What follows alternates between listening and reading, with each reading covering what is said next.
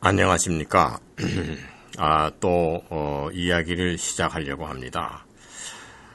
먼저 번에 하나님의 이야기를 5번 시작해서 마무리를 지었습니다. 하나님을 오늘 우주과학이 발전된 이 시대에서 어떻게 생각해야 하는가? 하나님에 관한 새로운 이야기, 그래서 5번에 걸쳐서 말씀을 드렸습니다. 이제부터 5회에 걸쳐서 예수 그리스도에 관한 이야기를 하려고 합니다. 예수 그리스도 이야기 첫째 번 시간입니다. 예수 그리스도에 대한 이야기를 왜 지금 꺼내느냐? 그것은 예수라는 사람, 나사렛에서 태어났습니다. 역사적으로 이 세상에 존재했던 인물이 분명합니다. 그 예수님이 하나님의 아들로서 이 세상에 오셔서 요한복음서 1장에 보면은 태초에 말씀이 있었다. 그 말씀이 창조주 하나님과 함께 하였는데 그 말씀이 육신이 돼서 이 세상에 오신 분이 예수 그리스도다. 이런 얘기입니다. 그런 말씀이 육신이 돼서 이 세상에 오셨다. 그래서 2000년 동안 이 이야기가 기독교라고 하는 그 종교, 또 기독교라고 하는 그 종교를 집행하고 하는 교회라고 하는 어떤 그런 인스티튜션, 여기를 통해서 2000년간 전해오는 예수 그리스도에 관한 이야기입니다. 이 이야기에 관해서 오늘 말씀을 드리려고 하는 것은 많은 오해가 있고 예수 그리스도에 대해서 잘못된 생각이 있다고 생각하기 때문에 지난번에 하나님 이야기도 마찬가지입니다. 기독교나 교회에서 하나님에 대한 신관이 잘못됐다. 이런 말씀을 드렸습니다. 예수 그리스도에 관해서도 잘못된 그런 일이 많다. 오늘 그런 얘기를 하려고 하는 겁니다. 말씀이 육신이 되셨다.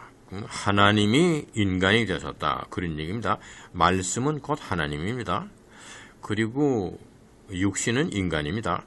그 하나님이 왜 인간이 되었나? 말씀이 왜 육신이 되었나?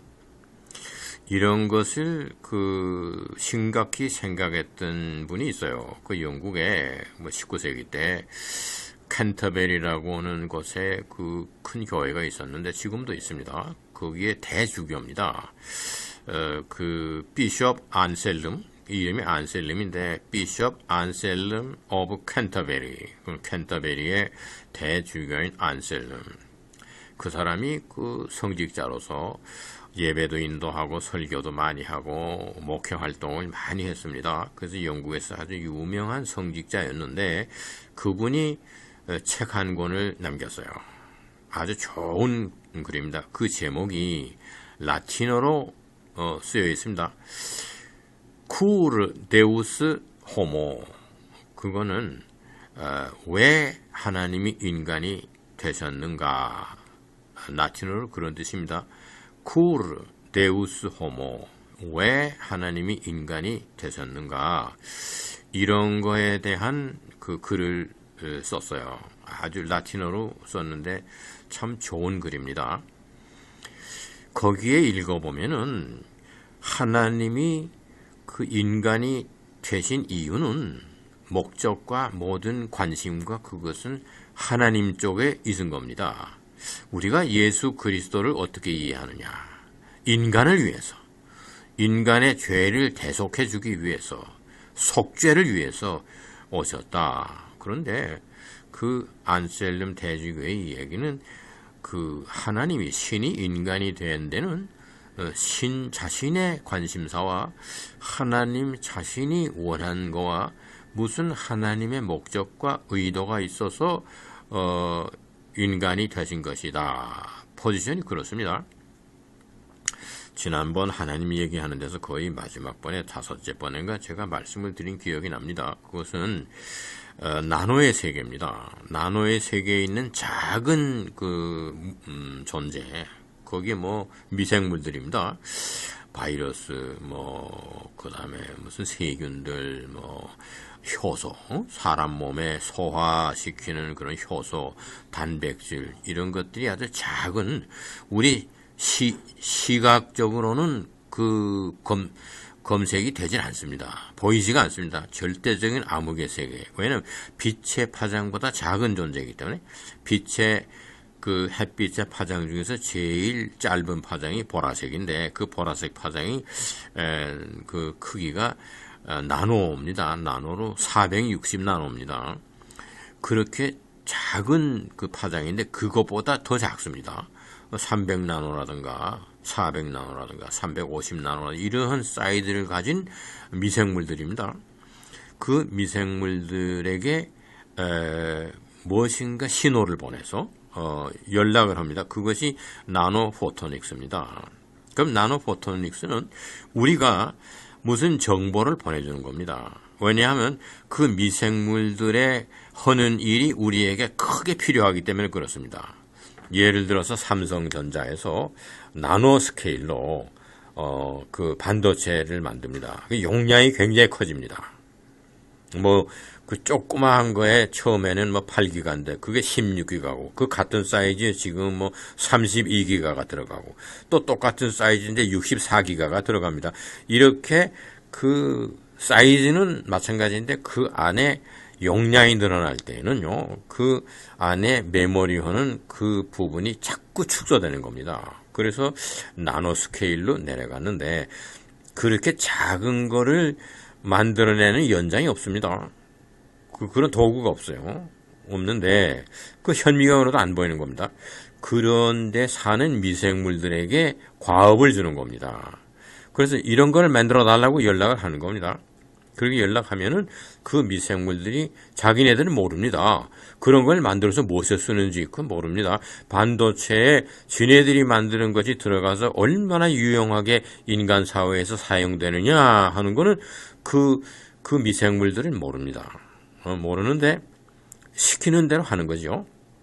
그래서 말하자면은 무엇인가 메시지를 보내서 이렇게 해달라 하는 것입니다. 이것이 하나님께서 예언자들을 위해서 인간에게 말하자면 메시지를 여러 차례 보냈습니다. 그 메시지를 보낸 것 중에는 메시아에 관한 암시가 많습니다. 메시아가 인간 세상에 오신다. 메시아가 왜 오시느냐. 이런 거에 대한 것이 이사야서에도 있고 예레미야서에도 있고 예언서에 많이 예언된 약속입니다. 하나님의 약속입니다. 그런데 그렇게 그냥 메시지를 보낸 것으로는 해결이 안 되니까 직접 하나님이 인간의 모습으로 오신 겁니다. 그걸 비유해서 말씀드린다면 삼성전자에서 아주 작은 세계에 나노 스케일로 무슨 메모리 칩을 만들어야 되는데 메시지를 자꾸 보내는데 그 나노 세계에 있는 자꾸 실수하고 잘못하고 또는 나태해서 안 하고 그렇습니다.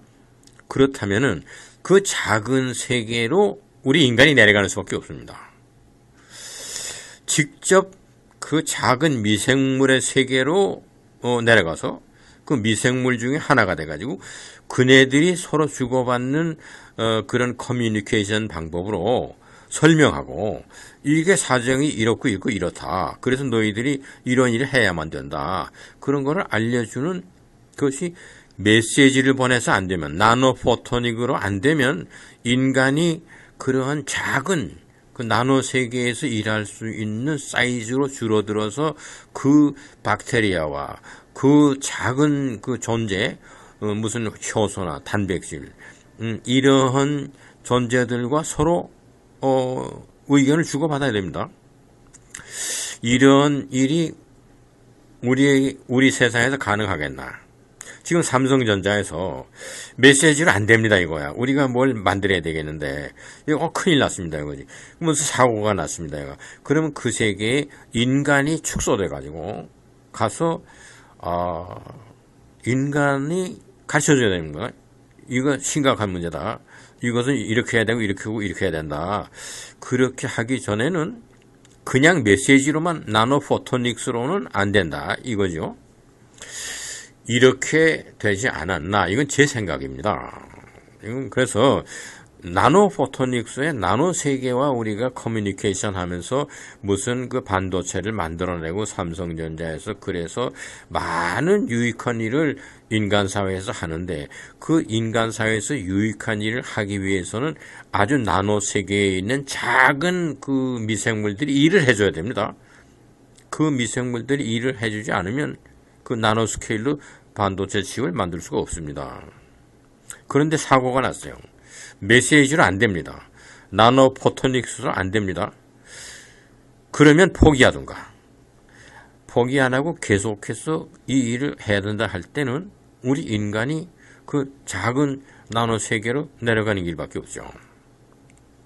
이러한 목적과 이러한 의도가 있어서 말씀이 육신이 되셨다. 이것이 그 안셀림 주교가 하는 이야기입니다. 인간을 위해서 단순히 인간이 불쌍하고 인간이 죄를 많이 짓고 인간을 구원해야 되겠고 영혼을 구원해야 되거든 구세주로서 목적이 오서 인간을 위한 목적 때문에 오셨다. 그게 아니고 하나님 편에서 그 직접 하나님이 오셔야 되는 사정이 있었다.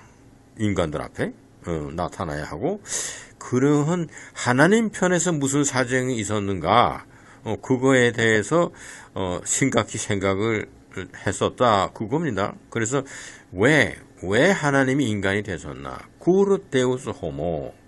거기에 나오는 모든 이야기는 하나님의 어떤 그런 경륜, 우주를 창조하신 크고 두려운 하나님.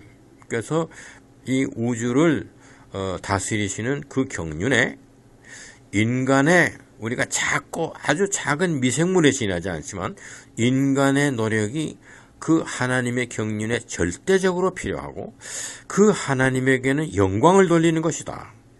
그래서 예수님 말씀 중에 아버지 하나님께 영광을 돌려라. 주기도문에도 당신의 이름이 거룩하옵시며 세세 무궁토록 영광을 받으시옵소서 그거 아닙니까? 마지막에 주기도문에 끝나는 것은 나라와 권세와 영광이 아버지께 영원히 있습니다. 영광이 영원히 있습니다. 그 아버지 하나님을 위해서 작고 미천한 미생물에 해당하는 우리지만 무엇인가 하나님의 대우주를 다스리는 경륜에 우리 부족한 미생물에 지나지 않는 인간의 노력이 거기에 크게 필요한 경우다. 그런 데서 인간이 그걸 안 합니다. 사고가 생겼습니다. 이렇게 됐을 때에 이것을 바로잡고 우리 인간이 하나님 앞에 올바로 생각해야 되고 하나님의 경륜에 우리가 참여해서 하나님께 영광을 돌릴 수 있고 이렇게 해야만 되는 사정이 있었다. 하나님 편에서 사정이 있었다. 그래서 하나님이 육신이 되는 말씀이 육신이 되시고 하나님이 인간이 되셨다. 그런 겁니다. 이러한 안셀림 대주교의 그 이야기를 여기서 지금 예수 그리스도의 일대기에서 말씀을 드리는 이유는 요한복음서 1장에 나오는 겁니다. 태초에 말씀이 창조주 하나님과 함께 하셨고 그 창조주 하나님은 온 우주 만물을 말씀으로 창조하셨다. 말씀과 상관없이 존재하는 그러한 것은 우주에 하나도 없다. 우주에 존재하는 모든 것은 말씀으로 인한 것이다. 그 다음에 나오는 말이 이러한 말씀이 육신이 되어서 오신 분이 예수 그리스도다. 이겁니다.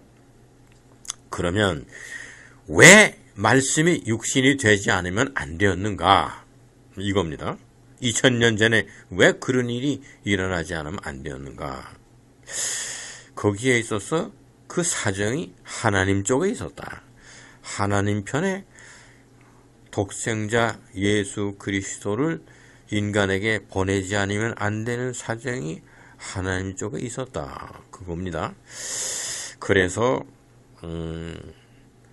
정혼하지 아니한 남녀의 성관계가 없이 마리아가 마리아가 처녀의 몸에서 잉태해서 아들을 낳았다. 그것이 예수입니다. 그래서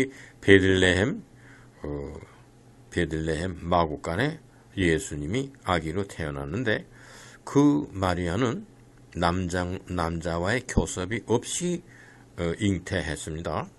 그래서 하나님의 사자가 걱정하고 두려워하지 말라. 내가 잉태한 아들을 낳으면 이름을 예수라 하라. 그가 인류를 위해서 중요한 과업을 하실 분이다. 그거 아닙니까? 그 베들레헴의 말구유에서 태어나신 그 예수님이 복음이다. 복된 소식이다. 그겁니다. good news. 복음이다. 이것이 그리스 말로 유앙겔리움입니다. 유앙겔리움. 복된 소식. 유앙겔리움. 그래서 독일 말로는 에반겔리움입니다. 에반겔리움. 마태복음, 마테우스 에반겔리움. 에반겔리움이라고 하는 것이 복된 소식입니다. 좋은 소식. 그리스 말에. 그 독일어는 그리스 말을 그대로 독일어로 사용하고 영어에서는 gospel이라고 얘기합니다. gospel. 이것은 복음이죠. 복음. 하나님께서 이 세상에 독생자를 보내셨다. 그래서 그 독생자가 이 세상에 오신 그것은 복음이다. 그런데 그 독생자 아들을 보내야만 했던 하나님 아버지의 무슨 사정이 있었는가? 왜 그런 일이 일어나지 않으면 안 되었는가? 여기에 대한 이야기를 오늘 말씀을 드리려고 합니다. 하나님께서는 우주를 창조하셨습니다. 요한복음서에 보면은 말씀으로 창조하셨다 그렇습니다. 창조에는요, 창조와 진화와 다른 겁니다. 찰스 다윈이 얘기하는 것은 이 세상에 존재하는 것은 우연이다. 그래서 무테이션이다. 그래서 진화한 거다. 진화는 자꾸 셀렉션을 한다. 선택을 한다. 이래서 진화해서 모든 만유의 물질이 생겨났다. 이것이 찰스 다윈의 진화론입니다. 그러나 아버지 하나님의 창조, 이거는 말씀으로 창조됐다 그겁니다. 말씀은 디자인입니다. 계획입니다. 또 의도입니다. 목적입니다. 절대로 우연히 나타나는 것이 아닙니다. 말씀이라고 하는 것은 그거는 목적이 있고 뜻이 있고 디자인이 있고 설계가 있고 계획이 있고 그랬던 겁니다. 그렇게 해서 창조가 된 겁니다. 그러면은 그 말씀으로 창조된 것은 그대로 예술입니다. 그래서 하나님의 창조의 경지는 예술입니다. 예술. 하나님이 우주 만물을 창조하신 세계는 너무나 아름다운 겁니다. 그러나 우연히 나타나서 진화해서 된 세계는 끔찍합니다. 진화해서 된 나무, 꽃이 하나도 없습니다. 그 잎사귀가 예리해서 모든 생명체를 찔러 죽일 것 같은 칼날같이 생긴 잎사귀가 고생대에 있었습니다. 그리고 그 다음에는 공룡들이 살았습니다. 백악기에. 그 공룡들이 끔찍하게 생겼습니다. 무슨 그 겉에 아름다운 무늬가 있고 색깔이 아름답고 그런 법 없습니다. 공룡은 예술적인 데는 하나도 없습니다. 끔찍합니다. 진화해서 자연스럽게 우연을 통해서 생겨나서 계속 선택해서 셀렉션해서 진화하고 또 진화하고 진화해서 생긴 거는 예술성은 전혀 없습니다. 그 다음에 두 번째로는 진화해서 되어진 거에는 가치 부여를 할 수가 없습니다. 가치가 없습니다. 가치가 부여될 수 있는 것은 한번 그 유카탄에 소행성이 떨어져 가지고 공룡들이 전멸한 사건이 있었습니다. 지금으로부터 6,500만 년 전입니다. 그때 공룡들만 전멸한 게 아니고 그때 당시에 끔찍하게 생겼던 식물들, 나무들 이게 다 없어졌습니다. 그거는 약 1,500만 년 동안 빙하기가 생겨났어요. 그 유카탄 소행성 충돌 이후에. 그렇게 해가지고 지금으로부터 약 5천만 년 전, 그러니까 6,500만 년 전에서부터 5천만 년까지 1,500만 년이 경과했습니다. 지금으로부터 5천만 년 전에 그 빙하기가 지나가고 식물들이 새로 나오고 아름다운 꽃이 피고 그 다음에 생명체가 나왔습니다. 그때 지금으로부터 5천년 전에 빙하기가 있고 난 뒤에 다 지구의 생명체가 전멸하고 난 뒤에 새로 등장한 그 동물이 포유류입니다. 포유류 아주 작은 생쥐들이 먼저 생겼어요. 그 포유류는 몸 안에 생명체를 잉태해가지고 그 생명체를 몸 안에서 길러내가지고 출산합니다. 그래서는 자기 몸에 있는 젖을 먹여서 그래서 기르는 겁니다. 그 포유류라는 동물은 사랑할 줄 압니다. 사랑. 그러나 우연히 생겨나서 진화한 거는 사랑이라는 게 없습니다. 그 포유류는 자기 새끼를 사랑하고 지키고 보호하고 그런 겁니다. 이러한 사랑이라고 하는 것이 가치입니다. 가치. 창조는 예술과 가치로 되어 있습니다. 창조한 것은 아름답습니다. 꽃 한 송이, 풀 한 포기, 나무 한 그루 굉장히 아름답습니다. 바다에 사는 물고기, 우연히 생겨난 물고기가 아니고 창조하신 물고기 색깔이 아름답습니다. 생긴 것도 참 이쁘게 생겼습니다. 그리고 또 땅 위에 기어다니는 벌레 한 마리도 굉장히 이쁘게 생겼어요. 이거는 하나님의 예술성으로 인해서 창조된 겁니다. 하나님은 예술가입니다. 즉 말씀이다. 요한복음에 있는 말씀 로고스, 그거는 예술입니다. 예술. 그리고 가치입니다. 높은 가치입니다. 말씀의 내용은 아름다운 예술과 높은 가치다. 그것이 육신이 된 겁니다. 그래서 예수님은요, 아름다운 분입니다. 몸도 외모도 아름답고 말씀도 아름답고 목소리도 아름답고 예수님은 이 세상에 아름다운 예술의 극치로 나오셨습니다. 그리고 그 다음엔 예수님은 모든 그 행하신 것이 그 예수님의 몸에 가치가 있었습니다. 가치를 부여받은 존재입니다.